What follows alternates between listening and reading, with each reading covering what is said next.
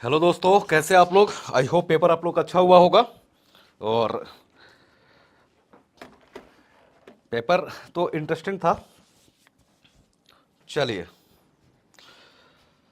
देखिए, अगर overall paper की हम लोग बातचीत करेंगे तो क्या दिखा आप लोगों को। असम स्पेसिफिक एकदम फिक्स था कि 35 के आसपास क्वेश्चन आएंगे और 35 क्वेश्चन आए। और नेशनल इंटरनेशनल जो क्वेश्चंस पूछे गए हैं, जो ब्रह्मपुत्र बैच कवर करवाया गया था, जो आप लोगों ने ज्वाइन किया था, तो उन लोग को अच्छे से पता होगा कि मैक्सिमम क्वेश्चन वहां से आए हैं। पॉलिटी का मतलब एकदम साफ साफ, अगर आप लोगों ने ब्रह्मपुत्र बैच में मेरा क्लास किया है तो ऐसा नहीं कर रहा हूं कि सारा का सारा क्वेश्चन आ गया जो मैंने पढ़ाया, कि हाँ लगभग 11-12 क्वेश्चन पॉलिटी के पूछे गए हैं। उसमें से 6 तो एकदम डायरेक्टली जो हम लोगों ने डिस्कस किया है पार्लियामेंट पढ़ते समय, जुडिशरी पढ़ते समय, वो सीधे सीधे आए हैं। तो एक बार पॉलिटी के क्वेश्चन को हम लोग देख लेते हैं। मेरे हिसाब से लास्ट बार जो पेपर हुआ था उसके कंपैरिजन में इस बार पॉलिटी इजी पूछा गया है। क्वेश्चन का लेंथ का बात करें, जैसे पिछली बार एकदम लंबा लंबा पूरा आर्टिकल उठा करके दे दिया था, तो उन सब चीजों से इस बार एपीएससी ने थोड़ा सा मतलब मान के चलिए कि लेवल को देखते हुए क्या किया है, थोड़ा सा क्वेश्चन पेपर को आसान बनाया है। ठीक है, तो चलिए जो पॉलिटी का सेगमेंट है, जहां जहां जो जो क्वेश्चन है मैं लेता हुआ जाता हूं। तो पहला जो क्वेश्चन मिलेगा इस पेपर में आप लोगों को, वो क्वेश्चन नंबर है 23। क्वेश्चन नंबर 23 देखा होगा आप लोगों ने भी क्वेश्चन। चलिए आइए जो पहला क्वेश्चन है 23, ये क्या है।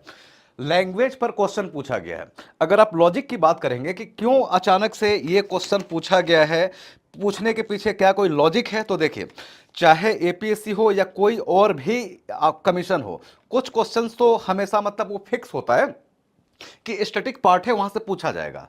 लेकिन अभी जैसे यूपी है, बिहार है, असम है, या फिर यूपीएससी है, एक्चुअली एपीएससी लगातार यूपीएससी के ट्रेंड को फॉलो कर रहा है। और यूपीएससी क्या कर रहा है, यूपीएससी पहले करंट अफेयर्स पूछता था, अब मैं जो कहता हूं यूपीएससी करंट अफेयर्स के ट्रेंड पर क्वेश्चन पूछता है। मतलब ऐसा टॉपिक जो मतलब 4 साल पहले मान के चलिए कि वो करंट अफेयर्स में उस साल में था, लेकिन उस पर डिबेट वो अभी भी किसी न किसी कारण से, अगर वो डिस्कशन में है, करंट अफेयर्स के ट्रेंड में है, तो वहां से क्वेश्चन पूछा जा रहा है। सेम चीज इसी पैटर्न पर यह क्वेश्चन पूछा गया है कि लैंग्वेज को लेकर के नॉर्थ और साउथ, हिंदी के एक्सेप्टेंस को लेकर के किस तरीके से डिबेट हो रहा है, इस पर लगातार आप लोगों ने देखा होगा नेशनल मीडिया में। उसके बाद में अगर इस क्वेश्चन में क्लासिकल लैंग्वेज की बातचीत की जा रही है, शास्त्रीय भाषा की बातचीत की जा रही है, तो क्लासिकल लैंग्वेज अगर आप लोग को ध्यान हो अपने ही स्टेट का, तो ईयर 2024 में 2024 में क्या किया गया था, कुछ भाषाओं को, 5 भाषा, कौन कौन सा लैंग्वेज, एक असमीज, एक बंगाली, एक प्रकृत, एक पाली और एक मराठी, इसको क्या किया गया था, क्लासिकल लैंग्वेज के लिस्ट में इनको इंक्लूड किया गया था। तो अगर 2024 में असमीज लैंग्वेज को क्लासिकल लैंग्वेज के लिस्ट में इंक्लूड किया गया था, तो क्वेश्चन मतलब एक तरीके से करंट वहां से जाकर के जुड़ेगा। लेकिन लैंग्वेज को लेकर के, क्लासिकल लैंग्वेज के का कैसे हम लोग उसको प्रोटेक्ट कर सकते हैं, क्या उसका किस तरीके से हम उसकी मतलब अगर हिंदी में बोले तो प्रोटेक्शन एंड और उसका ग्रोथ हम किस तरीके से सुनिश्चित कर सकते हैं, इस चीज को लेकर के डिस्कशन लगातार जारी है। हिंदी भाषा के एक्सेप्टेंस को लेकर के, खास करके साउथ स्टेट जिस तरीके से चाहे बेंगलोर हो या महाराष्ट्र हो, जिस तरीके से हिंदी भाषा, हिंदी बोलने वाले लोगों के साथ जो डिस्क्रिमिनेशन हो रहा है, उसको लेकर के ये सारे के सारे टॉपिक ट्रेंडिंग थे, इसलिए क्वेश्चन पूछा गया। अब आइए स्टेटमेंट हम लोग पढ़ते हैं। 4 स्टेटमेंट है। पहला स्टेटमेंट है, India has 22 language listed in the 8th schedule. अब देखिए कितना शानदार एक तरीके से मर्जेंस है कि एक स्टैटिक पार्ट उठाया एपीएससी ने, कॉन्स्टिट्यूशन से एक स्टेटमेंट उठा लिया। उसके बाद से दूसरा, Tamil is the oldest surviving classical language in India. Tamil क्या है, ये सबसे ओल्ड अभी तक बोले जाने वाली भाषा है। तीसरा, Hindi is the mother tongue for over 50% of India's population. इसको लेकर के बहुत डिबेट था। तो अगर आप लोग ईयर 2011 का हम लोग जो भी बातचीत करेंगे वो कैसे करेंगे, ऑफिशियल करेंगे। किसी को बोलने से नहीं हो जाएगा कि अगर मैं हिंदी बोलता हूं तो मैं कह दूं कि अरे यार मेरी भाषा बोलने वाले लोग तो इंडिया में 50% प्लस रहते हैं। नहीं, जो डॉक्यूमेंटेड है हम उसी के आधार पर बात करेंगे। और जो ऑफिशियल डॉक्यूमेंट हमारे पास अभी तक अवेलेबल है, हिंदी लैंग्वेज कितने परसेंट पूरे देश में बोली जाती है इसको लेकर के, तो कितना है, 2011 ईयर 2011 का सेंसस आप लोग देखेंगे तो एग्जैक्ट 43.06% लोग जो है हिंदी बोलते हैं। यहां पर कितना लिखा है, 50% पॉपुलेशन। तो स्टेटमेंट 3 तो आसानी से आप लोग एलिमिनेट कर सकते हैं कि जिस आंसर में स्टेटमेंट 3 होगा वो हम लोग ऑप्शन नहीं लेंगे। सर कट ऑफ कितना होगा, कट ऑफ ठीक है, एक बार डिस्कशन हो जाने दीजिए, फिर हम लोग कट ऑफ पर बातचीत कर लेते हैं। अगला जो स्टेटमेंट है, Sanskrit is recognised as classical language but is spoken as a mother tongue by less than 0.1% of the population. Same अगर सेंसस 2011 का बात करेंगे तो यही है कि हाँ भाई, बहुत ओल्ड क्लासिकल लैंग्वेज है संस्कृत आपका, लेकिन ये अभी हमारे देश में मदर टंग के रूप में 0.1% लोग ही इसको बोलने में इस्तेमाल करते हैं। तो ये स्टेटमेंट भी क्या है, ये स्टेटमेंट भी सही है। तो सेंसस 2011 से ये दोनों स्टेटमेंट एक तरीके से इसका आंसर वहां से आप लोगों को मिलेगा। और क्यों पूछा गया है, तो अभी जो सेंसस चल रहा है तो उस सेंसस में भी लैंग्वेज सेंसस की भी बातचीत की जा रही है, इसलिए टॉपिक ट्रेंडिंग हो जाता है और क्वेश्चन पूछा गया। जो पहला स्टेटमेंट है, India has 22 language listed in 8 schedule, तो बिल्कुल सही है। अगर आप लोग देखेंगे तो 8वीं अनुसूची में जब ओरिजिनल कॉन्स्टिट्यूशन 1950 में लागू हुआ था तो उस समय कितने थे, 14 लैंग्वेज थे, फिर बाद में 4 जोड़े गए और बाद में 4 जोड़े गए। लास्ट में 4 कौन से जोड़े गए हैं, वो हर स्टूडेंट को याद होता है कि मैथिली, संथाली, बोडो और डोगरी, इनको जोड़ा गया था। तो अभी 22 लैंग्वेज ही 8 शेड्यूल में है। इसका मतलब क्या, 1, 2 और 4 ये स्टेटमेंट सही है, 3 रॉन्ग है। अगर एलिमिनेशन और सिलेक्शन से आपको इस क्वेश्चन को सॉल्व करना था तो इन जनरल आप मान के चलिए कि आपके पास संस्कृत कितने % लोग मदर टंग के रूप में इस्तेमाल करते हैं, स्टेटमेंट 4। ये थोड़ा ट्रिकी स्टेटमेंट है कि नहीं पता होगा बहुत से लोगों को, लेकिन ये पता है कि Hindi is the mother tongue for over 50% of India's population. तो ये हर कोई बोल देगा कि नहीं, 50% प्लस या 50% लोग हिंदी नहीं बोलते हैं। तो अगर स्टेटमेंट 3 को हम लोग एलिमिनेट कर देते तो हम लोग के पास क्या क्या बचता, देखिए डी और सी तो अपने आप एलिमिनेट हो जाता। तो इसमें से एक मामला 50-50 पर आ जाता कि 1 and 4 होगा या फिर 1, 2 and 4 होगा। तो 2 आपको पता है कि तमिल को सबसे ओल्डेस्ट क्लासिकल लिविंग लैंग्वेज के रूप में हम लोग स्वीकार करते हैं, एक्सेप्ट किया जाता है। क्यों, संगम साहित्य अगर आप लोग पढ़ेंगे, संगम लिटरेचर, तो जो तमिल का हिस्ट्री है, वो तमिल का हिस्ट्री क्या है, वहां से जाकर के जुड़ जाता है। तो लगभग 2000 ईयर प्लस। संस्कृत भी ओल्ड है, क्लासिकल लैंग्वेज की लिस्ट में यह भी आता है।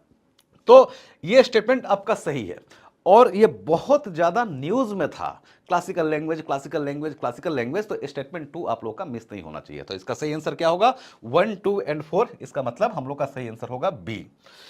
अब देखिए कट ऑफ कितना होगा, अगर मैं कहूं तो मेरे हिसाब से जो क्वेश्चन का स्टैंडर्ड है उसके हिसाब से लगभग नेगेटिव हटा करके अगर आप जनरल कैटेगरी में हैं तो 48 एक सेफ स्कोर है। अगर आपका 47, 48 है, 48 में रख देता हूं कि 48 क्वेश्चन अगर आपने नेगेटिव हटा करके कर दिया है, ओवरऑल आपके 48 क्वेश्चन सही है, तो आप जनरल कैटेगरी से हैं तो ही आपका सिलेक्शन हो जाएगा। तो मेरी तरफ से जो कट ऑफ है, जो लास्ट 3-4 एग्जाम का जो मैंने ट्रेंड देखा, एनालिसिस किया, उसके बाद से एक मैं आप लोगों को डाटा दे रहा हूं कि 48 क्वेश्चन से ही ये मेरी तरफ से कट ऑफ है। बाकी डिटेल एनालिसिस इस पर हो जाएगा बाद में आप लोगों का, ठीक है। तो आइए 23 के बाद से जो नेक्स्ट क्वेश्चन है वो नेक्स्ट क्वेश्चन है क्वेश्चन नंबर 36। तो 36 क्या है क्वेश्चन, ये हम लोग देख लेते हैं। देखिए क्वेश्चन है किस पर, एक बिल पर, transgender persons protection of rights amendment bill 2026। अब अगर आपने चाहे जहां से भी क्लास कर रखा हो, हमारे इंस्टीट्यूशन से कर रहे थे या किसी अदर इंस्टीट्यूशन से आप क्लास कर रहे थे, कोई फर्क नहीं पड़ता। अगर आपने क्लास किया है तो वहां पर करंट अफेयर्स पढ़ाते समय साफ साफ ये टॉपिक ऐसा जो इस ईयर कोई बिल पास हुआ हो, चाहे इस ईयर छोड़िए, हम लोगों ने जो कवर करवाया था तो ईयर 2023 में नारी शक्ति वंदन अधिनियम जो आया था, वुमेन रिजर्वेशन को लेजिस्लेचर में देने को लेकर के, वहां तक हम लोगों ने कवर किया था। तो एकदम हॉट टॉपिक था। इस क्वेश्चन से किसी को कोई शौक नहीं लगना चाहिए कि ये क्यों क्वेश्चन पूछा, ट्रेंडिंग टॉपिक था, लगातार इस पर लेकर के बातचीत हो रही थी। जब ये बिल लेकर के आया गया तो ट्रांसजेंडर कम्युनिटी के जो लीडर्स हैं उन लोगों ने खुलकर इस बिल को क्रिटिसाइज किया कि जो 2019 का बिल था, एक्ट था, उसकी तुलना में इसमें बहुत सारी चीजें कम कर दी गई हैं। तो खूब डिबेट में था ये फरवरी 2026 में ही, इसलिए आपसे क्वेश्चन ये पूछा गया। अब आइए देखते हैं क्या है। यहां पर भी देख करके घबराना नहीं है कि यार मैंने तो transgender protection of rights amendment bill पढ़ा ही नहीं है तो मैं आंसर कहां से करूंगा। एक बार स्टेटमेंट देखिए क्या है। आप सिर्फ अगर अपना माइंड कूल रख करके ऐसे क्वेश्चन को अटेम्प्ट करेंगे, पहले ही देख करके डर नहीं जाएंगे, तो क्वेश्चन सही हो जाएगा। कौन सा गलत है कौन सा सही है, जैसे मैं कहूं, एक स्टेटमेंट सिर्फ बोल रहा हूं कि आप लोग रिजर्वेशन के बारे में तो जानते हैं कि किसको रिजर्वेशन मिलता है, एससी, एसटी, ओबीसी, और अब कुछ स्टेट जो है वो वुमेन को भी रिजर्वेशन अपने यहां दे रहे हैं, जैसे बिहार दे रहा है, बंगाल वो बिल लाने जा रहा है। कहीं भी आप लोगों ने ये सुना है कि ट्रांसजेंडर पर्सन को रिजर्वेशन की बातचीत की गई है, चाहे एजुकेशनल इंस्टीट्यूशन हो या फिर रोजगार हो, एम्प्लॉयमेंट की बात हो, नहीं है ना, तो स्टेटमेंट अपने आप एलिमिनेट हो जाएगा। इसमें स्टेटमेंट है कि नहीं है वो हम लोग देख लेते हैं। आइए पहला स्टेटमेंट देखते हैं। पहला है the bill has made some changes in the definition of transgender person 2019। बिल्कुल ट्रांसजेंडर पर्सन, ठीक, तो ये बिल्कुल सही स्टेटमेंट है। क्यों? इसके पहले transgender person protection of rights जो एक्ट आया था वो ईयर 2019 में आया था, और ईयर 2019 में जिसको डिफाइन किया गया था, किनको कहा जाता था कि कौन से ट्रांसजेंडर है, तो अगर आप लोग को ध्यान होगा तो मैं एक केस लिखूंगा, नालसा, ईयर 2014। इस मामले में सुप्रीम कोर्ट ने फैसला दिया था आर्टिकल 21 का हवाला देते हुए कि आप खुद को कौन सा जेंडर मानते हैं, मेल मानते हैं, फीमेल मानते हैं, क्वीर मानते हैं, ट्रांस मैन मानते हैं, ट्रांस वुमेन मानते हैं, आप खुद अपने जेंडर को आइडेंटिफाई कर सकते हैं। तो अब इस एक्ट में जो है ना, जो 2026 का जो बिल लाया गया है, इसमें इस चीज को हटा दिया गया है कि अब सेल्फ परसीव आपका जो जेंडर आइडेंटिफिकेशन है, जो खुद आप निर्धारित करते थे, डिटरमाइन करते थे कि मैं क्या हूं, इस चीज को खत्म कर दिया गया है। इसके कारण से क्या हुआ, बहुत से ऐसे टर्मिनोलॉजी जैसे कि ट्रांसमैन, ट्रांस वुमेन, क्वीर, इन सबको क्या किया है, इनको डेफिनेशन से बाहर कर दिया गया है, ट्रांसजेंडर के डेफिनेशन से बाहर कर दिया गया है। और कुछ शब्द, कुछ नए वर्ड्स जैसे कि क्वीर, क्वीर बोल रहा हूं, यूनिक है, EUNCH, इसको क्या किया गया है, डेफिनेशन की सूची में शामिल किया गया है। तो ओवरऑल अगर देखेंगे तो क्या था, पहले जो 2019 का एक्ट था उसमें यह था कि आप सेल्फ खुद तय कर सकते हैं कि आपका जेंडर क्या है, लेकिन अभी 2026 में क्या कर दिया गया है कि नहीं, आप खुद तय नहीं करेंगे। अब क्या होगा, एक मेडिकल बोर्ड बनेगा, और मेडिकल बोर्ड जब बनेगा तो उसके बाद से वो मेडिकल बोर्ड डिसाइड करेगा कि आपको किस कैटेगरी में आप ट्रांसजेंडर है या नहीं है। तो स्टेटमेंट सही है कि हाँ, बहुत सारे चेंजेस किए गए हैं डेफिनेशन में। दूसरा, the bill makes the recommendation of designated medical board mandatory for the district magistrate to issue a certificate of to identify certificate of identify to a transgender person. बिल्कुल सही है। पहले क्या होता था प्रोसीजर की कि ट्रांसजेंडर किसको कैसे सर्टिफिकेट मिलता था, तो पहले इस तरीके से मिलता था कि आपने सेल्फ आइडेंटिफाई किया, सेल्फ खुद से आपने डिसाइड किया कि मैं क्या हूं, मैं क्वेयर हूं, मैं ट्रांसमैन हूं, ट्रांस वुमेन हूं, और फिर आप गए डीएम के पास, डीएम क्या करेगा, आपका सर्टिफिकेट इशू कर देता था। यह प्रोसीजर हुआ करता था। लेकिन अब जो बिल लेकर के आया गया, इसमें क्या किया गया है, अब आप सेल्फ नहीं कर सकते हैं, आप अप्लाई करेंगे। पहले आप अप्लाई कीजिए किस रूप में आप खुद को देखना चाहते हैं, उसके बाद एक मेडिकल बोर्ड बनेगा, मेडिकल बोर्ड रिकमेंड करेगा कि आप क्या है क्या नहीं है, और इसके रिकमेंडेशन के बेसिस पर डिस्ट्रिक्ट मजिस्ट्रेट जो है ना, ये सर्टिफिकेट इशू करेगा। तो स्टेटमेंट 2 है, ये भी सही है। तीसरा, the bill provides for reservation of transgender person into educational institution. मैंने सीधा सीधा कहा कि ये स्टेटमेंट तो हर कोई बोल देगा कि स्टेटमेंट 3 रॉन्ग है। कहीं भी, चाहे 2019 का एक्ट हो या अभी जो बिल लेकर के आया गया है, इसमें उनके वेलफेयर की बात की जा रही है, ट्रांसजेंडर्स की, उनके राइट्स को प्रोटेक्ट करने की बातचीत की जा रही है, उनको सोसाइटी के मेन स्ट्रीम में लाने की बातचीत की जा रही है, लेकिन किसी भी लेवल पर रिजर्वेशन देने की बातचीत नहीं की जा रही है। इसलिए स्टेटमेंट 3 गलत है, जो कहता है कि क्या, कि रिजर्वेशन दिया जाएगा। स्टेटमेंट 4 देखिए, the bill expands the ambit of offenses against transgender persons and increases the quantum of punishment too। जो स्टेटमेंट 4 कहता है कि अगर अब आप ट्रांसजेंडर के खिलाफ कोई ऑफेंस करते हैं तो उसमें जो होने वाली सजा थी उसके क्वांटम को उसको बढ़ा दिया गया है, मतलब अब खूब कड़ा सजा आपको मिल सकता है। तो ये भी स्टेटमेंट बिल्कुल सही है। जो ईयर 2019 था उसके तुलना में जो 2026 में बिल लेकर के आया गया है, इसमें अगर आप ट्रांसजेंडर पर्सन से, पहले क्या था कि पहले सेक्सुअल हरासमेंट था, इकोनॉमिकल हरासमेंट था, ये कुछ चीजें थी। अब साफ साफ कह दिया गया है कि अगर आप जबरदस्ती किसी को ट्रांसजेंडर के रूप में एक्सेप्ट करने के लिए अगर फोर्स कर रहे हैं, अगर उससे भीख मंगवा रहे हैं, बेगिंग का काम करवा रहे हैं, उसको बंधुआ मजदूरी आप करवा रहे हैं, बेगारी करवा रहे हैं, या फिर उसको किडनैप कर रहे हैं, तो इसमें अब आपको बहुत भारी सजा मिलेगा। कुछ मामलों में तो उम्र कैद, मतलब लाइफ इम्प्रिजनमेंट भी हो सकता है। इसलिए स्टेटमेंट 4 क्या है, स्टेटमेंट 4 भी सही है। तो अगर स्टेटमेंट 3 हटा दे तो हम लोग का सही आंसर क्या मिला, 1, 2 और 4 मिला। अब देखिए यहां पर भी कैसे, इसका सही आंसर होगा बी। लेकिन अगर मैंने कहा कि अगर कोई स्टूडेंट पहले ही देख करके घबरा जाता कि नहीं भाई मैंने तो बिल पढ़ा ही नहीं है, तो मैं कहां से आंसर कर पाऊंगा, वो सही नहीं कर पाता। लेकिन स्टेटमेंट 3 तक आते आते अगर किसी का दिमाग कूल होता, काम कर रहा होता, तो क्या होता, इस स्टेटमेंट को रॉन्ग मान लेता। रॉन्ग मानता तो उसका सी और डी, ये दो ऑप्शन तो एलिमिनेट हो जाते, फिर आ जाता मामला 50-50 पे। या तो 1 and 2 हो सकता है या दूसरा 1 2 and 4 हो सकता है। तो अपने जनरल नॉलेज के हिसाब से, अवेयरनेस के हिसाब से अब आप देखेंगे तो कोई भी जब नया एक्ट आता है पिछले को रिप्लेस करने के लिए, उसमें कुछ अमेंडमेंट करने के लिए, तो जाहिर सी बात है जिसके राइट को प्रोटेक्ट करने के लिए वो एक्ट या बिल लेकर के आया जा रहा है, उसमें पनिशमेंट को, अगर उनके खिलाफ अगर कोई क्राइम होता है, कोई ऑफेंस होता है, तो उसमें पनिशमेंट को बढ़ाया ही जाएगा, तभी उसका राइट का प्रोटेक्शन और बेहतर तरीके से हो पाएगा। तो अपने जनरल अवेयरनेस का इस्तेमाल करके आप स्टेटमेंट 4 को सही मान सकते थे।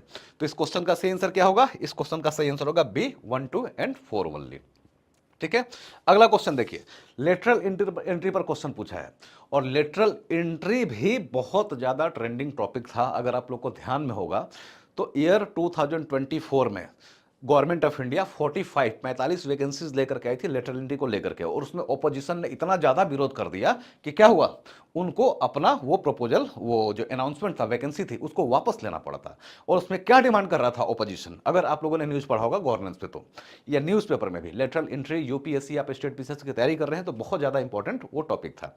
और ऐसा क्वेश्चन देखिए, कहने के लिए गवर्नेंस प्योर मेंस का पार्ट है, लेकिन यूपीएससी भी मेंस के सेगमेंट को, एथिक्स को जब उसने टच कर दिया प्रीलिम्स के एग्जाम में, तो गवर्नेंस के हिस्से को क्यों नहीं टच किया जाएगा। और लगातार यूपीएससी भी गवर्नेंस से रिलेटेड टॉपिक, चाहे मिशन कर्मयोगी की बातचीत कर लीजिए, ई गवर्नेंस की बातचीत कर लीजिए, लगातार क्वेश्चन पूछ रहा है। तो उसी के ट्रेंड को फॉलो करते हुए एक डिबेट में जो टॉपिक था उसको उठा करके एपीएससी ने क्वेश्चन पूछा है लेटरल एंट्री गवर्नेंस से जोड़ करके। और अगर आप लोगों ने डिबेट उस समय का न्यूज अगर आप लोग रिकॉल कर पा रहे होंगे तो क्या था, ओपोजिशन को प्रॉब्लम क्या था, जो 45 वैकेंसीज लेकर के आई थी गवर्नमेंट ऑफ इंडिया, उसमें प्रॉब्लम यह था कि इसमें सोशल जस्टिस का प्रिंसिपल लागू नहीं हो रहा। मतलब ऑपोजिशन का कहना था कि यहां पर भी आप रिजर्वेशन का नियम लागू करो। इसका मतलब है, अगर ऑपोजिशन का यह डिमांड था आप रिजर्वेशन का नियम लागू करो, इसका मतलब क्या है, लेटरल एंट्री में रिजर्वेशन किसी भी लेवल पर लागू नहीं है, चाहे जेंडर हो या कास्ट हो या रीजन हो, किसी भी लेवल पर वहां पर रिजर्वेशन लागू इंप्लीमेंट नहीं होता है। अगर इतनी चीजें आपको ध्यान में है तब इस क्वेश्चन को देखिए, आप आसानी से सॉल्व कर ले जाएंगे। पहला स्टेटमेंट देखिए, और क्या ढूंढना है, आइडेंटिफाई द फॉल्स स्टेटमेंट। अब यहीं पर थोड़ा सा ना, बहुत से स्टूडेंट ऐसे होंगे कि लगातार कि which of the given statement is और आर करेक्ट पूछता है, और जहां पर नॉट करेक्ट या फॉल्स अगर पूछ देता है तो वहां से ना माइंड ऐसा रीड करता है कि यहां पर भी पूछ लेगा कि भाई इसमें कौन सा सही स्टेटमेंट है, आपको ये बताना है, और आपको आंसर आता हुआ आप हो सकता है गलत कर दे। तो यहां पर हम लोग को क्या ढूंढना है, हम लोग को सही नहीं टिक करना है, ऑप्शन में हम लोग को उन स्टेटमेंट को टिक करना है जो गलत है, फॉल्स है। तो आइए देखते हैं पहला statement. Individuals with domain expertise and a proven track record in relevant fields from the private sector, autonomous bodies or public sector undertakings are eligible to apply for these positions। देखिए बिल्कुल सही है। लेटरल एंट्री लाया ही क्यों किया गया, lateral entry की व्यवस्था तो इसीलिए ही की गई है ना, कि अगर किसी को ऐसा लगता है कि वो किसी सेक्टर का एक्सपर्ट है, उसमें कुछ ऐसी काबिलियत है जिसको गवर्नमेंट या पब्लिक सेक्टर में आकर के उस चीज को इंप्लीमेंट करें, अपनी योग्यता का इस्तेमाल करें, तो पब्लिक सेक्टर में भी वो चीज बेहतर हो सकती है। ऐसे लोगों को ही, ऐसे ही एक्सपर्ट्स को एडमिनिस्ट्रेशन में, गवर्नेंस में ला करके अपने चीजों को दुरुस्त करना, वेलफेयर को प्रमोट करना, इन सब चीजों के लिए ही लेटरल एंट्री की व्यवस्था की गई है। एक्चुअली होता क्या है कि देखिए, आप आईएएस बनेंगे, आप पीसीएस बनेंगे, जो भी बनेंगे, तो यही प्रमोट हो करके कहां तक जाते हैं, policy making secretary, principal secretary, cabinet secretary तक जाते हैं। इसमें क्या होता है कि जरूरी नहीं है कि अगर आप आईएएस हैं तो हर फील्ड के एक्सपर्ट हैं। अब जैसे मान के चलिए कि मेरा आर्ट्स है, अगर मैं आईएएस बन जाता और मेरी पोस्टिंग हो जाती इन्वायरमेंट मिनिस्ट्री में, वहां पर इन्वायरमेंट से रिलेटेड लॉज की बात होती, साइंस से रिलेटेड चीजें आती, और मैंने तो आर्ट्स पढ़ रखा है तो मेरी एक्सपर्टीज वहां पर का है, तो वहां पर क्या हो जाता है, जनरलाइज हो जाती थी चीजें। तो इस चीज को कि चलिए अब मुझे तो नौकरी से निकाल नहीं सकते, तो कुछ ऐसे लोगों को लेकर के आते हैं जो इन्वायरमेंट के एक्सपर्ट हैं, वो किसी भी सेक्टर के हों, चाहे वो प्राइवेट सेक्टर में काम कर रहे हो, पीएसयू में काम कर रहे हो, ऑटोनोमस बॉडी में काम कर रहे हो, कहीं भी काम कर रहे हो, वो अगर एक्सपर्ट है, खुद को मानते हैं, तो अप्लाई कर सकते थे। तो पहला स्टेटमेंट क्या है, पहला स्टेटमेंट सही है। दूसरा, lateral entry must follow the existing norms and criteria of reservation policies being practised. अब यही क्या है, ये स्टेटमेंट गलत हो गया ना। मैंने आप लोगों को शुरू में ही बोल दिया कि अगर आप लोगों ने करंट का न्यूज पढ़ा होगा तो वहां पर साफ साफ ये चीज था कि ऑपोजिशन का डिमांड ही यही था कि आप सोशल जस्टिस को इंश्योर करते हुए आप लेटरल एंट्री की बातचीत करो। ये नहीं चलेगा। अब मतलब आप रिजर्वेशन सिस्टम वहां पर लागू करो, SC ST OBC general EWS women सबको आप वहां पर लेकर के आओ। तो इसलिए ये स्टेटमेंट गलत हो जाएगा। और कोई भी अगर थोड़ा सा भी अगर आप लोग सिंसियर स्टूडेंट होंगे तो ये स्टेटमेंट आप लोग को पता होना चाहिए। अब देखिए कि क्या स्टेटमेंट 2 को पकड़ करके हम लोग कुछ एलिमिनेट कर सकते हैं क्या? हम लोग को फॉल्स स्टेटमेंट ढूंढना है और हम लोगों ने देख लिया कि स्टेटमेंट 2 फॉल्स है। इसका मतलब क्या है कि C और D तो हमारा ऐसे ही एलिमिनेट हो गया। फिर से मामला कहां गया, A और B, मतलब 50-50 पर हम लोग आ चुके हैं। अब देखते हैं आगे स्टेटमेंट क्या है। These lateral intents are appointed on contract for 3 years, which can be extended to a maximum of 5 years। बिल्कुल सही है। ये जब लेटरल एंट्री को 2018 में इंप्लीमेंट किया गया था तो सिंपल सा जो दिया गया है स्टेटमेंट एकदम सही है, इसमें कुछ भी डिस्कस करने लायक नहीं है कि हाँ किसी को भी लेटरल एंट्री के थ्रू अगर इनकॉर्पोरेट किया जा रहा है किसी भी डिपार्टमेंट में तो उनका जो कॉन्ट्रैक्ट होता था वो 3 इयर्स का होता था कि 3 साल तक आपको रखा जाएगा। और अगर आप अच्छा काम कर रहे हैं, बेहतर कर रहे हैं तो मैक्सिमम आपको 5 इयर्स के लिए रखा जा सकता है। आप ये मत समझिए कि लेटरल एंट्री से एक बार अगर कोई एक्सपर्ट आकर के घुस गया है तो पूरी जिंदगी अब वो वहां पर रहेगा, सरकारी नौकरी में रहेगा। नहीं, वो कोई परमानेंट जॉब नहीं है, वो कॉन्ट्रेक्चुअल है जो मिनिमम 3 इयर्स और मैक्सिमम 5 इयर्स तक एक्सटेंड हो सकता था। इसलिए स्टेटमेंट सही है। इसका मतलब क्या है कि 3 हम लोग को हटा देना है और अगर 3 हटाया तो हम लोग का ए भी एलिमिनेट हो जाएगा। सही आंसर क्या होगा, B 2 and 4। क्वेश्चन पूरा पढ़ने के पहले ही एलिमिनेशन और सिलेक्शन टेक्निक से आप लोगों ने क्या किया, हम लोगों ने आंसर को फाइंड कर लिया। फिर भी स्टेटमेंट 4 हम लोग देख लेते हैं। Women are given special emphasis under the system of lateral entries. मतलब महिलाओं को प्राथमिकता, प्रायोरिटी दी जाती है, नहीं दी जाती है किसी भी तरीके से। फिर लेटरल एंट्री का मतलब क्या होगा, लेटरल एंट्री तो हम लोग इसलिए करना चाह रहे हैं ना कि उससे एक्सपर्टीज हमारे गवर्नेंस में इनकॉर्पोरेट हो। वहां पर फिर रिजर्वेशन का सिस्टम लागू कर देंगे तो फिर क्या है उसका फायदा है। तो मैंने आप लोगों को शुरुआत नहीं बताया कि इसमें कोई रिजर्वेशन नहीं है, किसी भी लेवल पर है, जो एक्सपर्ट है वो आए। कोई चाहे जेंडर के बेसिस पर कोई प्रायोरिटी नहीं मिलेगी या कास्ट के बेसिस पर कोई प्रायोरिटी नहीं मिलेगी। इसलिए क्या होगा, इसका सही आंसर होगा बी। इसका मतलब क्या है, स्टेटमेंट 2 and 4 आर फॉल्स और यही हम लोग को ढूंढना था। ये रहा क्वेश्चन नंबर 37। अब सीधा हम लोग को चलना है क्वेश्चन नंबर 46 पे।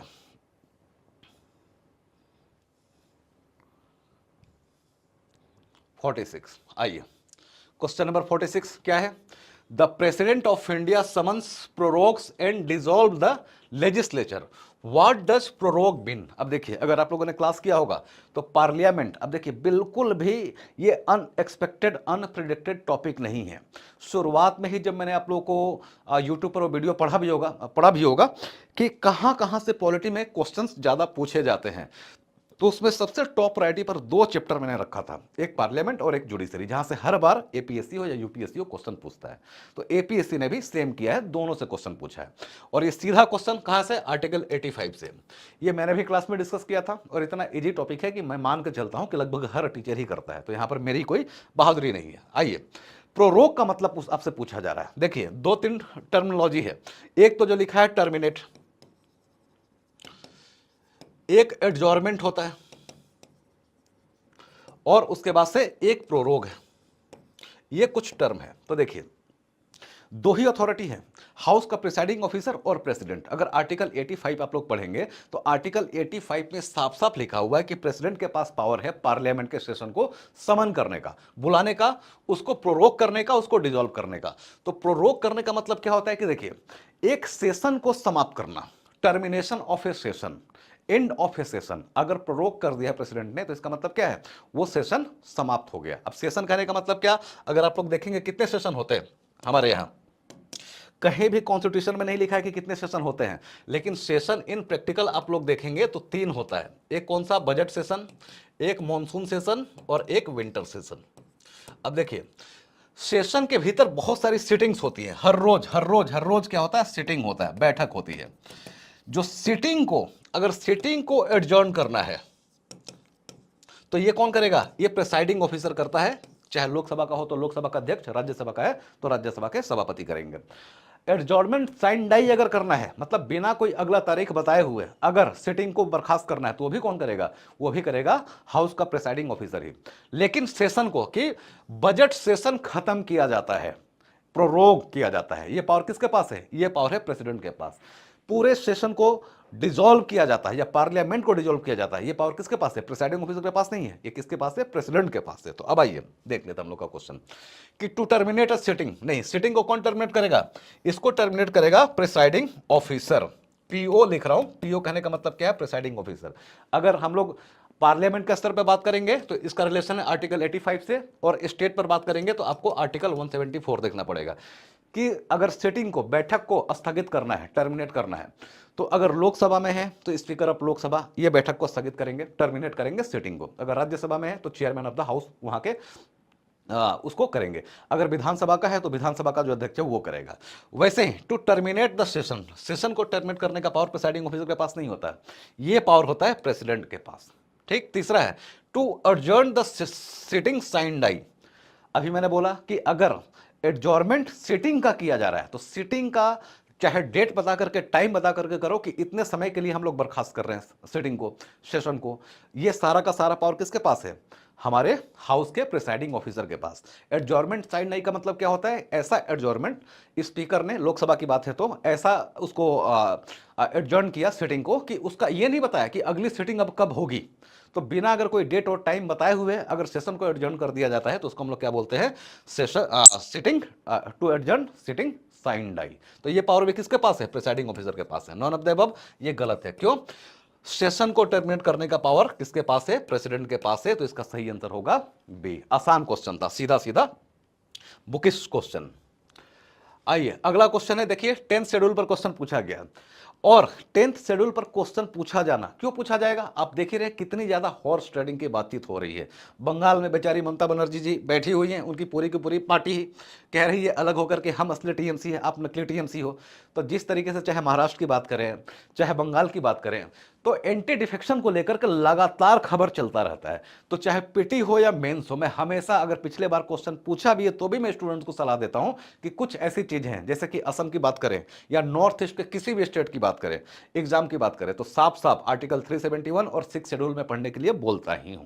वैसे ही क्या है कि अभी अगर आप यूपीएससी का एग्जाम दिए, किसी भी पीसीएस का एग्जाम दे रहे हो, पीटी हो या मेंस हो, अगर नेशनल लेवल पर पॉलिटी की मैं बात करूं तो मैं साफ साफ कहता हूं कि भाई साहब 10th शेड्यूल तो पढ़ो ही, 5th शेड्यूल पढ़ो, 6th शेड्यूल पढ़ो, 5th बोल रहा हूं, 5th से ज्यादा इंपॉर्टेंट 6 पढ़ो, 10th पढ़ो, और 11th शेड्यूल आपको पढ़ना ही चाहिए। पंचायत से रिलेटेड क्वेश्चन पूछा जाता है। आइए क्वेश्चन नंबर 47 क्या है? According to the 10th schedule of the Constitution of India, as amended by the Constitution 91st Amendment Act 2003, a merger between political parties shall be exempted from disqualification on the ground of defection only if। अब देखिए, आप लोग को पता है 10th schedule कब incorporate किया गया था? 52nd constitutional amendment act 1985। उस समय राजीव गांधी जी प्राइम मिनिस्टर थे और उनकी मम्मी मतलब इंदिरा गांधी जी को एसेसिनेट कर दिया गया था। उनके एसेसिनेशन के बाद से जो इलेक्शन हुआ उसमें सेंटिमेंट्स में आकर के राजीव गांधी को इतना वोट मिला कि 400 प्लस 414, एज एग्जैक्ट अगर मैं रिकॉल कर पा रहा हूं तो 414 सीट मिल गया राजीव गांधी जी को। तो उसमें अब बहुत ज्यादा पॉलिटिकल चीजें हैं, जब मैं क्लास करवाता हूं तो क्लास में बताता हूं कि कोई भी अमेंडमेंट होता है तो ऐसा नहीं कि हवा में हो गया, उस समय का सिचुएशन ऐसा होता है कि अमेंडमेंट करना पड़ा। तो क्या क्यों किया? राजीव गांधी जी को 414 सीट जब मिल गई तो इतना सीट मिलने के बाद से उनको किस बात का डर था कि मेरी पार्टी स्प्लिट हो सकती है? क्यों एंटी डिफेक्शन का प्रोविजन बनाया? तो मैं बाद में क्लास में कहीं बताऊंगा। अभी बस इतना समझिए कि 52nd कॉन्स्टिट्यूशनल अमेंडमेंट एक्ट से 10th शेड्यूल को इनकॉर्पोरेट किया गया था कॉन्स्टिट्यूशन में। और किस लिए? कि 1967 के बाद से जो देश में पॉलिटिकल अनस्टेबिलिटी थी, आया राम गया राम की सरकार। आज एक नेता हरियाणा के एमएलए हुआ करते थे, सुबह किसी और पार्टी में कांग्रेस में थे, दोपहर में कहीं और चले गए, शाम को फिर से कांग्रेस में वापस आ गए, फिर कहीं और चले गए, एक ही दिन में 3-3 पार्टी चेंज कर ली। तो इस चीज को रोकने के लिए एमएलएज हो या एमपी हो, इनके खरीद फरोख्त को रोकने के लिए कुछ लोग सरकार में, ओपोजिशन ने कुछ लालच दे दिया कि भाई तुम उधर खाली एमपी बन के बैठो, मेरे यहां जाओ, मैं मंत्री बना देता हूं। तो वो पार्टी चेंज कर लेगा। इन सब चीजों को रोकने के लिए, पॉलिटिकल इनस्टेबिलिटी को रोकने के लिए 1985 में राजीव गांधी जी ने अमेंडमेंट किया। और फिर इसमें जब अटल बिहारी वाजपेयी जी की सरकार आई ईयर 2003 में, तो उन्होंने क्या किया, 91st अमेंडमेंट किया और कुछ प्रोविजन चेंज किए। अब देखिए, फिर मैं बोल रहा हूं कि ऐसा नहीं कि अटल बिहारी वाजपेयी जी को सपना आया होगा कि मुझे 10th शेड्यूल में कुछ अमेंडमेंट करना है। उनका अपना कुछ सिचुएशन ऐसा था कि अपनी सरकार को स्टेबिलिटी देने के लिए ये अमेंडमेंट करना जरूरी था। अब ये अमेंडमेंट में बोल रहा हूं, ये कौन सा अमेंडमेंट, तो देखिए, अगर डिस्क्वालिफिकेशन को लेकर के बातचीत करेंगे कि कब कोई रिप्रेजेंटेटिव लेजिस्लेचर का जो मेंबर है वो डिस्क्वालीफाई माना जाएगा। अगर ओवरऑल स्प्लिट की बात करें तो पहले 1985 में 52nd कॉन्स्टिट्यूशनल अमेंडमेंट से जब 10th शेड्यूल को इनकॉर्पोरेट किया गया था, तो वहां पर यह था कि अगर किसी पार्टी के 1/3 एक तिहाई सदस्य अगर अलग हो जा रहे हैं तो डिस्क्वालीफाई नहीं होंगे, उनको माना जाएगा कि भाई ठीक है, आप वैध है, आप जिस पार्टी में गए वहां पर आप काम अपना कर सकते हो। लेकिन 91st अमेंडमेंट एक्ट 2003 से क्या किया गया, उसको 2/3 कर दिया गया। मतलब 2/3 अब जब लोग अलग होंगे किसी पार्टी से, तो एक पार्टी से निकल करके दूसरे पार्टी में जाएंगे तो ही उनकी सदस्यता, उनका मेंबरशिप बचा रहेगा, नहीं तो डिस्क्वालीफाई हो जाएंगे।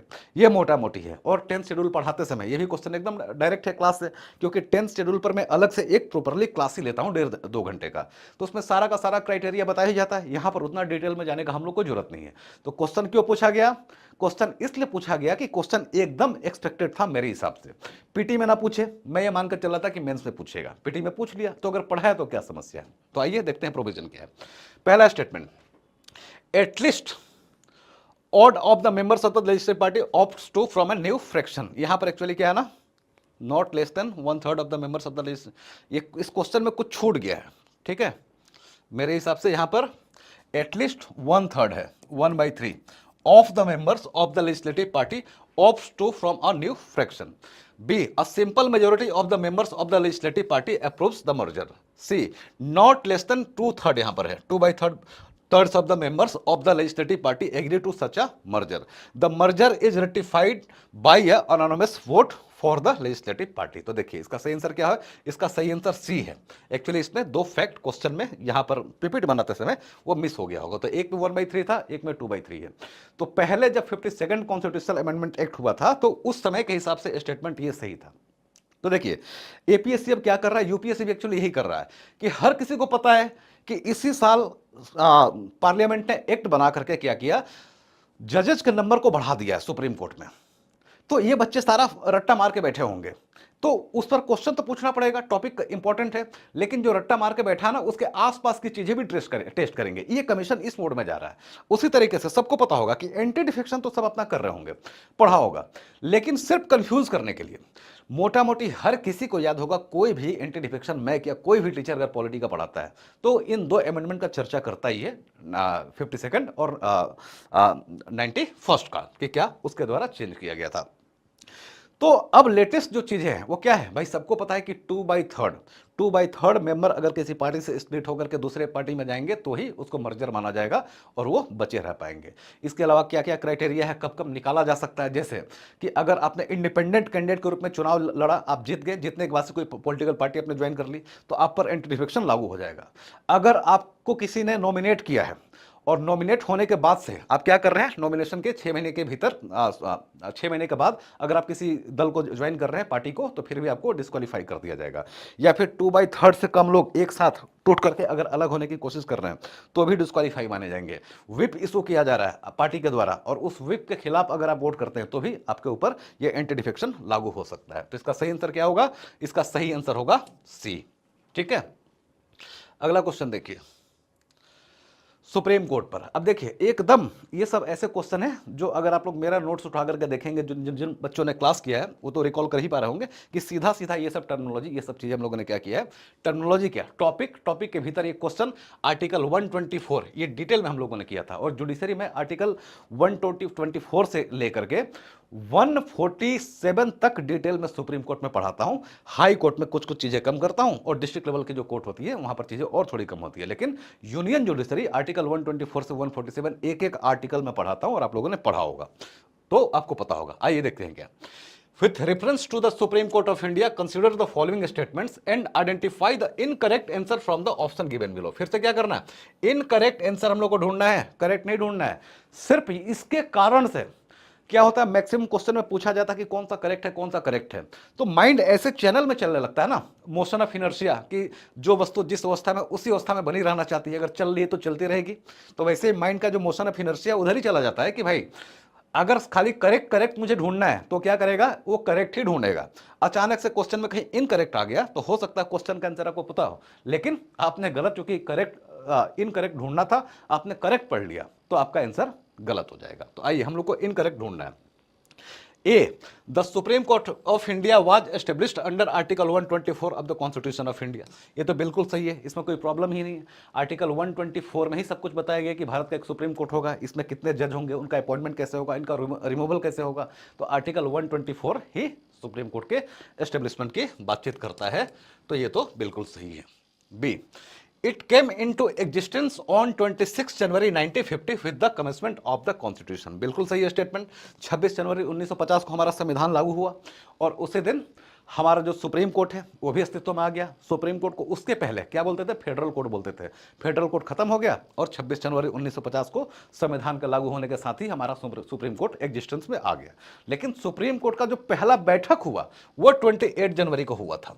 इसको लेकर के बहुत से लोग इस स्टेटमेंट को गलत मान सकते हैं, लेकिन बिल्कुल सही है। The original constitution provided for 1 chief justice and 7 puisne जजेज। अब क्या प्यून जज क्या होता है, प्यून जज मतलब चपरासी जज होता है क्या, नहीं।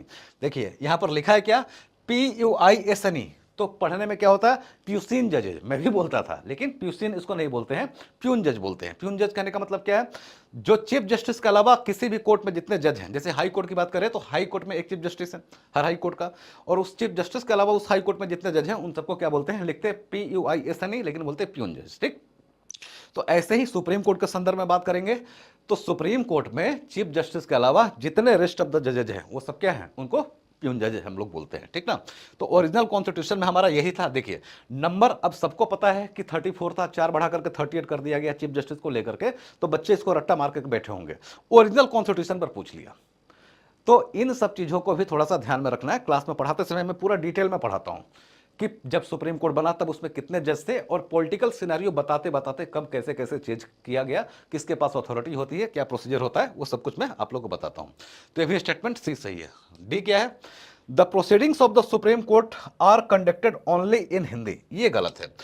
आप लोगों को कैसे क्वेश्चन सॉल्व करना है ये पढ़ाते समय मैं आप लोगों को कुछ जनरलाइज वे में टिप देता हूं। जैसे क्या, कि अगर कहीं भी आपको हार्श स्टेटमेंट दिखे, एकदम रेडिकल स्टेटमेंट दिखे, ओनली इफ मतलब जनरलाइज ना लगे, तो क्या होता है, मैक्सिमम चांस होता है कि वहां पर आयोग आपको फंसा रहा है, वो स्टेटमेंट गलत है। यूपीएससी ने तो स्ट्रिक को तोड़ दिया, लेकिन स्टेट पीसीएस अभी भी फॉलो कर रहे हैं। तो यहां पर क्या है, ओनली इन हिंदी के कारण गलत हो जाएगा। अगर आप लोग आर्टिकल 247 पढ़ेंगे तो वहां पर साफ साफ लिखा गया है कि हमारे यहाँ सुप्रीम कोर्ट और हाई कोर्ट का जो काम है ना, वो इंग्लिश में होगा, हिंदी में नहीं होगा। हाई कोर्ट तो फिर भी वो वहां के चीफ मिनिस्टर, गवर्नर और प्रेसिडेंट से कोऑर्डिनेट करके अपने लेवल पर, जैसे मद्रास है मान के चलिए, तो वहां पर वो लोकल लैंग्वेज में काम कर सकते हैं। लेकिन सुप्रीम कोर्ट में कोई भी काम इंग्लिश में ही होता है, हिंदी में कुछ नहीं होता है। इसलिए स्टेटमेंट डी इसका रॉन्ग है। तो हम लोग को रॉन्ग ही ढूंढना था, तो सही आंसर क्या होगा, डी, जो कह रहा है the proceedings of the Supreme Court are conducted only in Hindi. नहीं, ये गलत है, वो ओनली इन इंग्लिश है। अगला देखिए 49, ये अच्छा क्वेश्चन है रीजनिंग और एसेशन का। क्या है, consider the following statement regarding the Supreme Court of India's proceedings on February 3rd 2026 involving Meta platforms and WhatsApp। अब देखिए एग्जैक्ट डेट के साथ क्वेश्चन पूछा है कि अब 3 फरवरी 2026 को सुप्रीम कोर्ट की जो प्रोसीडिंग्स हुई थी, उस प्रोसीडिंग्स में जो व्हाट्सएप और मेटा का जो मामला सुना गया था, उसको लेकर के रीजनिंग और एसर्शन का क्वेश्चन बनाया गया। अब देखिए क्या है, मैं आप लोग को बता देता हूं। ईयर 2021 में क्या हुआ था, मेटा ने एक पॉलिसी बनाई, मेटा बोल रहा हूं, व्हाट्सएप ने, कि हमारे पास जो भी डाटा है, मतलब जो भी व्हाट्सएप यूजर है, उनका इंफॉर्मेशन हम लोग मेटा प्लेटफॉर्म से शेयर करेंगे।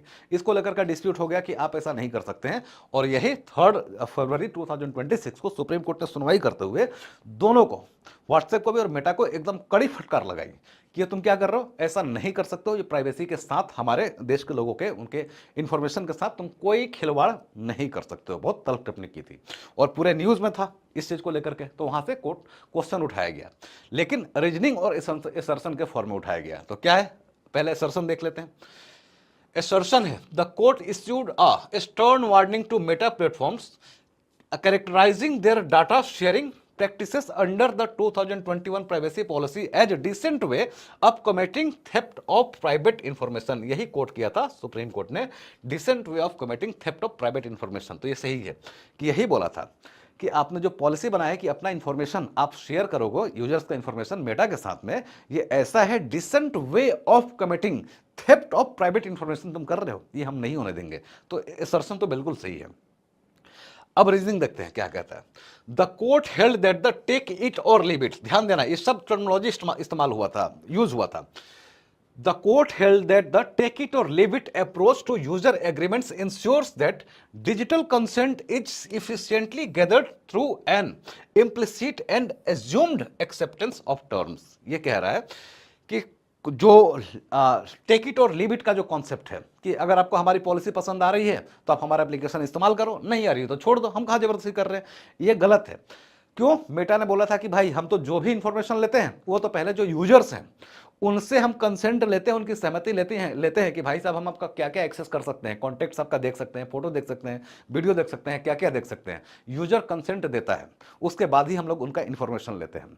तो सुप्रीम कोर्ट ने कहा कि इससे फर्क नहीं पड़ता अगर तुम विकल्प ये दे रहे हो कि व्हाट्सएप, अगर मान के चले कि आज के लाइफ का एक इंपॉर्टेंट मैसेजिंग ऐप हो चुका है, जिसके पास भी एंड्रॉयड है व्हाट्सएप लगभग होना तय है उसमें, तो इतना इंपॉर्टेंट ऐप है कि इसके बिना लोगों का फिलहाल काम नहीं चल रहा, बहुत पॉपुलर है, और तुम कह रहे हो कि अगर इंफॉर्मेशन का कंसेंट दोगे कि हाँ मैं तुम्हारा इंफॉर्मेशन ले सकता हूं, प्राइवेट इंफॉर्मेशन भी, तो ही आप इस ऐप को इस्तेमाल करोगे और नहीं तो आप छोड़ दो। तो ये गलत है, ऐसा नहीं होना चाहिए।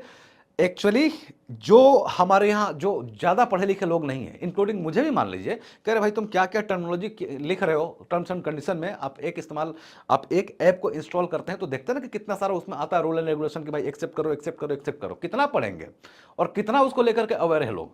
तो इसको जो मेटा कह रहा था कि हम सफिशियंट रूप से समझाते हैं यूजर्स को और उसको समझने के बाद से वो कंसेंट अपना देते हैं, सुप्रीम कोर्ट ने बोला कि ऐसा कुछ नहीं है। इसका मतलब क्या, जो रीजनिंग दिया गया है ये किस चीज पर बेस्ड है, ये बेस्ड है आपका कंसेंट की इफिशियंसी, क्या बोलते हैं, इफिशियंट कंसेंट है या नहीं है, मतलब कंसेंट लेते समय इफिशियंटली इंफॉर्म किया गया यूजर को या नहीं किया गया, ठीक ना। तो ये स्टेटमेंट भी सही है, लेकिन क्या है, ये इसको एक्सप्लेन नहीं करता है। इसका मतलब क्या, both A and R are true but R is not the correct explanation of A. इसका सही आंसर होगा बी। आइए अगला देखिए, भारतीय न्याय संहिता बीएनएस, भारतीय नागरिक सुरक्षा संहिता बीएनएसएस, ये सब क्या है। अगर आपको लग रहा होगा कि भाई कितना हम लोग इतना सब कुछ अब याद करना पड़ेगा क्या, कि एक एक एक्ट अब इतना ही याद कर लेंगे, एक एक सेक्शन याद करेंगे तो हम तो वकील ही बन जाएंगे। तो फिर यूपीएससी ने क्वेश्चन पूछा था किस पर, RPA, representation of peoples act पे, मेंस पे तो पूछता ही था, पीटी में भी पूछ लिया। तो अब आप ये मान के चलिए कि सिलेबस का जो बाइफर्केशन है वो बहुत ज्यादा स्ट्रांग नहीं रह गया, और जो चीजें पॉपुलर हैं, चर्चा में है, वहां पर तो क्वेश्चन आयोग पूछता ही और आप उसको कुछ नहीं कर सकते हैं। तो ऐसा नहीं कि आपसे इतना कहा जा रहा है कि भारतीय न्याय संहिता, भारतीय सुरक्षा संहिता, मतलब जो आईपीसी सीआरपीसी हुआ करता था उसी का हमारे मोटा भाई मतलब माननीय गृह मंत्री अमित शाह जी ने नाम चेंज कर दिया था। तो बीएनएसएस के बारे में जो जो इंपॉर्टेंट चीजें चर्चा में आती हैं, जिनको लेकर के डिस्प्यूट होता है, जो मतलब जरूरी नहीं कि आप वकील हैं, लॉयर हो तभी आपको पता हो, अगर आप एक जागरूक, आप न्यूज़पेपर भी पढ़ने के शौकीन हैं, न्यूज़ देखते हैं, तो वो सब चीजें आएंगी। तो जो हमारा भारतीय न्याय संहिता बीएनएस का जो सेक्शन 6 है, ये बहुत चर्चा में था। और सेक्शन 6 में क्या किया गया है, सेक्शन 6 में हमारे यहाँ जो क्रिमिनल कोर्ट है उसकी क्रोनोलॉजी बताई गई है कि एक स्टेट के भीतर कौन कौन से क्रिमिनल कोर्ट के दायरे में आएंगे और कौन नहीं आएंगे। क्वेश्चन यही है, क्या है, according to the Bharatiya Nagarik Suraksha Sanhita 2023, besides the high court and courts constituted under other laws, which of the following is not classified as one of the criminal court in the state। अब देखिए क्रिमिनल कोर्ट क्या होता है, civil court क्या होता है, इतना तो आप लोग को पता होगा, मैं मान के चल रहा हूं, फिर भी एक लाइन में समझा देता हूं कि केसेस दो टाइप के होते हैं, एक को बोलते हैं सिविल, एक को बोलते हैं क्रिमिनल। एक सेंस में केसेस बहुत टाइप के हो सकते हैं, किसको हम लोग कंपाउंडेबल बोलते हैं, कुछ को नॉन कंपाउंडेबल बोलते हैं, लेकिन यहां पर क्या, हम लोग जो केस है उसका एक टाइप लेयर है क्रिमिनल केस और सिविल केस। तो देखिए सिविल केस जो होता है ना वो बेसिकली दो इंडिविजुअल के बीच में डिस्प्यूट होता है, वो प्रॉपर्टी को लेकर के हो सकता है, फैमिली रिलेशन को लेकर के हो सकता है, डाइवोर्स को लेकर के हो सकता है। और अगर केस सिविल है तो इसमें कभी भी किसी को पनिशमेंट सजा नहीं मिलती है, कंपनसेशन देने के लिए कोर्ट कहता है पैसे मतलब पैसा हर्जाना दो और छूट जाओ, जेल नहीं होता है, उसमें आपको फांसी पर नहीं लटकाया जा सकता है। और सिविल केस है तो सिविल केस दो इंडिविजुअल लड़ते हैं कि मतलब एक्स और वाई दोनों एक दूसरे से सहमत असहमत है किसी मुद्दे पर, तो दोनों के नाम से केस होगा। लेकिन क्रिमिनल केस क्या है, जो केस सिविल केस नहीं वो क्रिमिनल केस है। क्रिमिनल केस कहने का मतलब क्या, ऐसा कोई भी मामला, ऐसा कोई भी केस जो किसी भी कानून के तहत हमारे देश में उसको क्राइम बनाया गया है, क्राइम बताया गया है, चाहे वो आईपीसी हो या भारतीय नागरिक सुरक्षा संहिता, जो है कि किसी भी कानून के तहत अगर किसी कृत्य को, किसी काम को अपराध बताया गया है, क्राइम बताया गया है, और अगर आपने वो किया तो आप कौन सा ऑफेंस कर रहे हैं, आपके ऊपर कौन सा केस लगेगा, क्रिमिनल केस लगेगा। और क्रिमिनल केस में आपको फांसी भी दी जा सकती है। और क्रिमिनल केस में क्या होता है, क्योंकि पुलिस एफआईआर दर्ज करती है, एफआईआर पुलिस दर्ज करती है, और पुलिस किसका है, स्टेट का पार्ट है। मतलब जैसे कोई केस क्रिमिनल है या नहीं है, अगर ये आपको जानना है तो सिविल केस में दो इंडिविजुअल पार्टी हो सकते हैं, एक्स और वाई। लेकिन क्रिमिनल केस में 100% एक पार्टी जो केस दर्ज करता है वो कौन होता है, वो स्टेट ही होता है, मतलब पब्लिक प्रोसिक्यूटर ही हमारा केस लड़ेगा। तो इतना आप लोगों को मेरे हिसाब से पता होगा।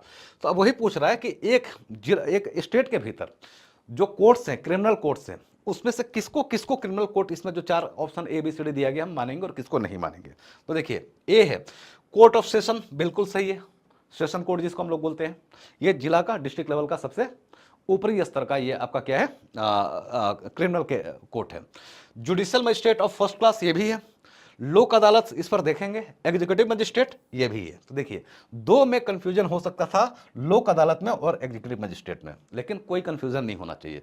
अगर हम लोग एक स्टेट की बात करेंगे तो भारतीय नागरिक सुरक्षा संहिता का जो सेक्शन 6 है ये क्या कहता है कि सबसे ऊपर होगा हाई कोर्ट, हाई कोर्ट के नीचे होगा session court, district and session court आप लोग सुने होंगे, सेशन कोर्ट। देखिए डिस्ट्रिक्ट और सेशन कोर्ट दोनों एक ही होता है, जज भी एक ही है, डिस्ट्रिक्ट एंड सेशन जज बोलते हैं। वही कोर्ट जब सिविल मामले की सुनवाई करता है तो डिस्ट्रिक्ट कोर्ट कहलाता है, वही कोर्ट सेम बिल्डिंग सेम जज अगर वो क्रिमिनल मामले की सुनवाई कर रहा है तो वही कोर्ट सेशन कोर्ट कहलाता है और वही जज सेशन जज कहलाता है। तो डिस्ट्रिक्ट हाई कोर्ट के नीचे होता है सेशन कोर्ट। हाई कोर्ट राज्य का सबसे ऊपरी स्तर का कोर्ट है और सेशन कोर्ट जिला के स्तर का, डिस्ट्रिक्ट लेवल पर सबसे ऊंचा आपका कोर्ट है। इसके नीचे होता है सेशन कोर्ट के नीचे आपका चीफ जुडिशियल मजिस्ट्रेट का कोर्ट, ये भी क्रिमिनल कोर्ट है। उसके बाद से आपका जो दिया हुआ है कि judicial magistrate first class, JMFC, judicial magistrate first class. उसके नीचे JM judicial magistrate second class, ये होता है, ठीक। और फिर नीचे एग्जीक्यूटिव मजिस्ट्रेट। अब देखिए एग्जीक्यूटिव मजिस्ट्रेट जो है एक्चुअली ये जुडिशरी का पार्ट नहीं होता, ये एडमिनिस्ट्रेशन का पार्ट होता है। आप लोग अगर APSC क्वालिफाई कर लेते हैं, BDO भी बन जाते हैं, तो कई बार हो सकता है आपको पावर मिल जाए, डिप्टी कलेक्टर हैं तो मिलता ही रहता है, आपकी पोस्टिंग एग्जीक्यूटिव मजिस्ट्रेट के रूप में हो जाएगी, कार्यपालक दंडाधिकारी उसको बोलते हैं। इसमें क्या है, जुडिशरी में नॉर्मली वो मामला जाता है कि क्राइम हो गया, कोई घटना हो गई है, अगर सिविल केस है तो वो सब जाएगा। आपका जो एग्जीक्यूटिव मजिस्ट्रेट है ये प्रशासन का, एग्जीक्यूटिव का पार्ट होता है, जुडिशरी का पार्ट नहीं होता है। तो इसका काम क्या है, अपराध होने के पहले की चीजों को डील करना। जैसे अपराध हो सकता है, यहां पर कुछ दंगा फसाद हो सकता है, तो सेक्शन 144 धारा 144 जिसको हम लोग पहले कहते थे लगानी हो, वो कर सकता है। किसी को डिटेन करना हो तो उसके लिए ये काम करता है। जो लोक अदालत इसमें है यही हमारा क्या है, ये क्रिमिनल कोर्ट नहीं है। आप लोगों ने नाम सुना होगा ADR, alternative dispute resolution mechanism. इसके तहत ही आपका 1987 में लोक अदालत की शुरुआत की गई थी, है ना, लीगल सर्विसेज अथॉरिटी एक्ट जिसको बोलते हैं 1987। इसमें क्या होता है, ये क्रिमिनल कोर्ट नहीं होता लोक अदालत, इसमें छोटे मोटे मामले आएंगे जिससे कोर्ट का alternative ADR, alternative dispute resolution जो मैं कह रहा हूं, इसको क्यों बनाया गया कि भाई बहुत से ऐसे छोटे छोटे मामले हैं ना जो जुडिशरी में जाकर के पड़े हुए हैं, जिसके कारण जुडिशरी ओवरबर्डन है। तो वैसे मामले जो ज्यादा सीरियस नहीं है, जिनको समझौते से, जिनको कुछ मध्यस्थता मेडिएशन करके उनको सॉल्व किया जा सकता है, तो वैसे मामलों के लिए हम लोग कुछ ऑल्टरनेटिव डिस्प्यूट रेजोल्यूशन कोई मैकेनिज्म बनाते हैं। उसी के तहत लीगल सर्विसेज एक्ट 1987 के तहत लोक अदालत का गठन किया गया, जहां फैसला क्या होता है, दोनों पक्षों की सहमति से होता है। इसमें क्रिमिनल केस नहीं आता है, यह क्रिमिनल कोर्ट नहीं है, यहां पर सिर्फ सिविल मामले आ सकते हैं। इसलिए सही आंसर क्या होगा, इसका सही आंसर होगा C, लोक अदालत। ठीक है, यहां से फिर आपका दूसरा सब्जेक्ट है, हाँ एक जो क्वेश्चन है 53। आइए देख लेते हैं, ये भी देखिए, एकदम किसी को भी शौक नहीं लगा होगा, ये तो एकदम बच्चों का फेवरेट क्वेश्चन है, टॉपिक है एपीएससी वालों का। क्यों? क्योंकि मैं बोलता हूं 6 शेड्यूल पढ़ो, मैं क्या कोई भी टीचर बोलता होगा, आपसे कहा जाता है कि आप 371 आर्टिकल ध्यान से आप लोग को पढ़ना है, और इसने भी इतना आसान दिया ना कि ये सबसे हलवा क्वेश्चन है इस बार के एपीएससी का पेपर का, कि एक तरफ ए बी सी और जी दिया है आर्टिकल 371 का, और बोल रहा है स्टेट को मैच करो। कितना आसान है। असम का हर बच्चा जानता है कि असम का रिलेशन 6 शेड्यूल में 6 शेड्यूल बोल रहा हूँ, सॉरी, आर्टिकल 371 में 371 बी से है। इसका मतलब क्या है, बी का आंसर बी के नीचे 1 होना चाहिए, और बी के नीचे अगर 1 देखेंगे तो हमारा सिर्फ एक में ही है, सी में, है ना। इसके अलावा भी सबको पता है कि 371 इसमें किसके किसके बारे में बातचीत की गई है, महाराष्ट्र और गुजरात के बारे में। 371A किसकी बातचीत की गई है, नागालैंड के बारे में। बी में किसके बारे में बातचीत की गई है, आसाम के बारे में की गई है। सी में किसके बारे में बातचीत की गई है, सी में की गई है आपका मणिपुर के बारे में। डी ई एफ, आपको डी और ई का रिलेशन पता है कि आंध्र प्रदेश से है, एफ का सिक्किम से है, तो ये सब आप लोग को पता होगा ही, ये तो बहुत आसान है, तो इसमें बहुत ज्यादा दिमाग नहीं लगाना है। जैसे आपने असम का 1 मैच किया, सारा का सारा आंसर आप लोग को अपने आप मिल जाएगा कि ए का क्या होगा, ए का 4 होगा, आपका सी का क्या होगा, सी का होगा आपका 2 मणिपुर, और जी का क्या होगा, मिजोरम। ठीक, तो ये तो सबसे आसान क्वेश्चन पॉलिटी का अगर पेपर का मैं बोलूंगा तो यही है आपका। ठीक है, तो इतना ही क्वेश्चन था पॉलिटी के सेगमेंट पे, डिस्कस हम लोगों ने किया डिटेल में।